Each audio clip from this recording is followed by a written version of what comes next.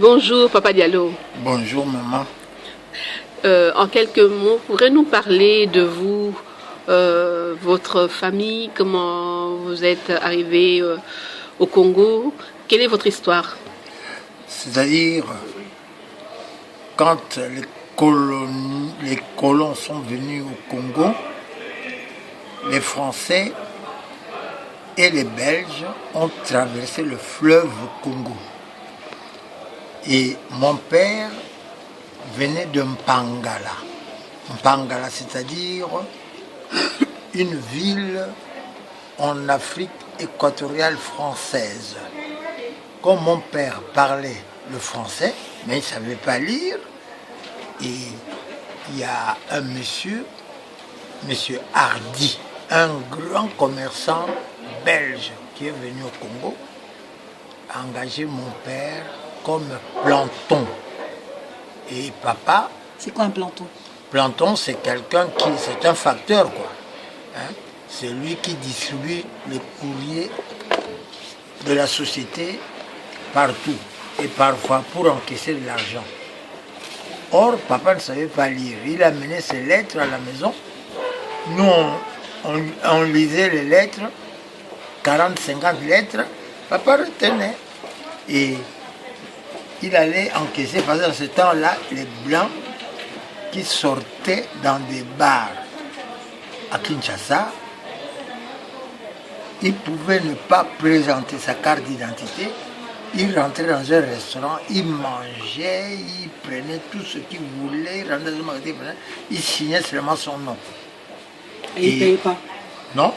À la fin du mois, on partait toucher l'argent à l'adresse qu'il aurait mis sur le bon. Ça, c'était le rôle de ton papa? Mon papa était planton. Donc, son patron lui donnait une série d'enveloppes qui devaient aller chez des gens pour récupérer l'argent de ce que ces gens-là avaient consommé dans son établissement. Oui. Papa partait et papa était un illettré, mais il amenait des lettres. On disait, ça c'est monsieur, il doit autant. Ça c'est monsieur, il doit autant. Papa retenait facilement. Il partait. Parce que dans ce temps-là, dans tous les bars européens, quand tu étais un Européen, tu rentrais dans un bar, tu pouvais manger, boire, faire tout ce que tu veux. À la fin, tu signes seulement. Et on vient récupérer l'argent chez toi plus tard. L'argent, on récupère après. Mais toi, tu racontes avec tes frères. Donc tes frères disaient, ça c'est monsieur Untel, il habite à une telle adresse. Et ce monsieur Untel, première enveloppe, monsieur Untel, il habite à une telle adresse. Oui. Et ce monsieur doit autant. Ouais. Et puis, deuxième enveloppe, c'est ce monsieur Untel qui habite à une telle adresse. Oui. Et ce monsieur doit autant. Et ton père, il avait 50, 60 enveloppes. Oui, il récolte l'argent partout. Monsieur Pouf, oui. De monsieur Hardy, où vous étiez, c'est autant. On payait. Papa ramenait l'argent chez le patron, monsieur Hardy. Et pourtant, papa était illettré. Donc il avait retenu toutes les sommes qu'on lui disait, les 50 enveloppes, il avait retenu les noms. Il amenait les lettres à la maison, nous on lisait, et les montants, il retenait, il avait une mémoire. Il avait une bonne mémoire. Et maintenant, pouvez-nous parler de votre histoire, parce que j'ai appris que vous étiez l'un des meilleurs coureurs du Congo. Ah oui, au Congo, j'ai eu la chance d'étudier chez les pères squettistes. Hein?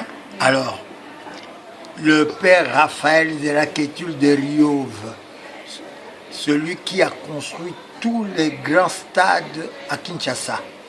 Il y avait d'abord le stade Reine Astrid et puis le stade Roi Baudouin.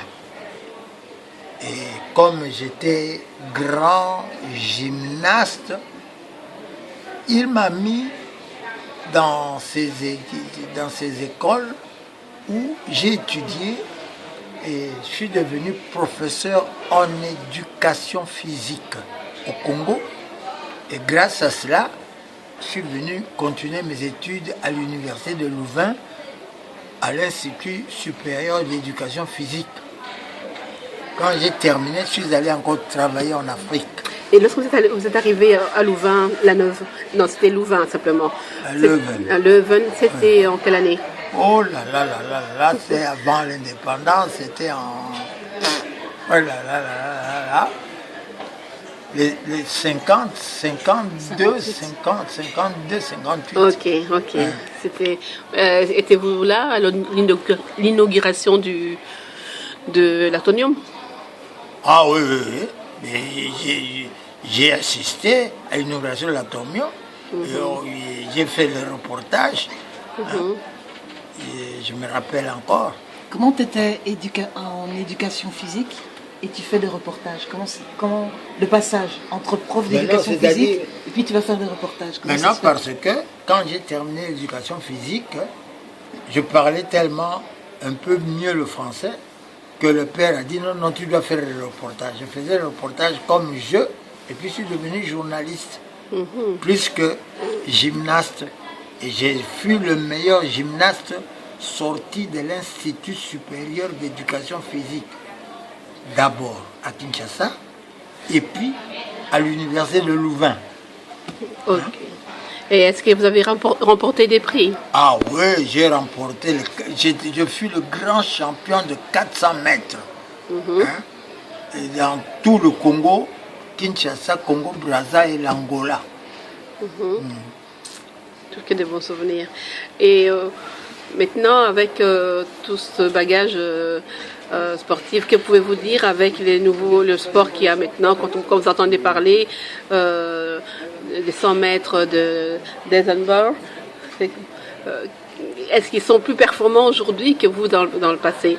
Non, dans le passé, on faisait mieux le sport qu'actuellement. Ah, pourquoi?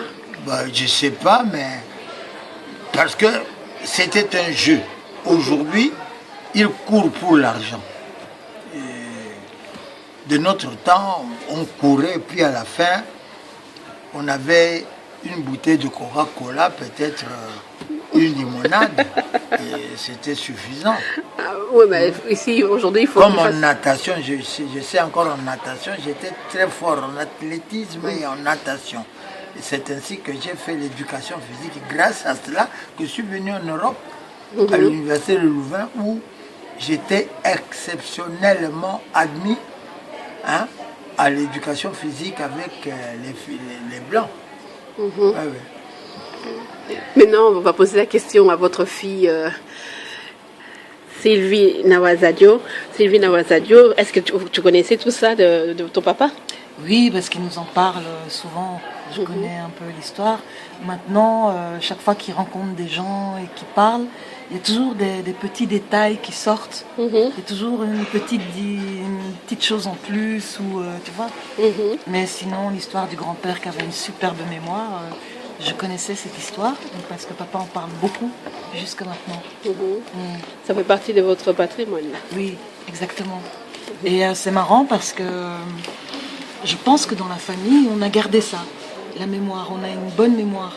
Je me rappelle qu'à l'école, quand j'étais surtout en primaire, j'avais pas besoin d'étudier. J'allais au cours, j'écoutais, je rentrais à la maison, je faisais mes trucs, mais la semaine d'après, quand le cours revenait, j'avais retenu. J'avais pas besoin de... Donc, on a une bonne mémoire. Enfin, bonne.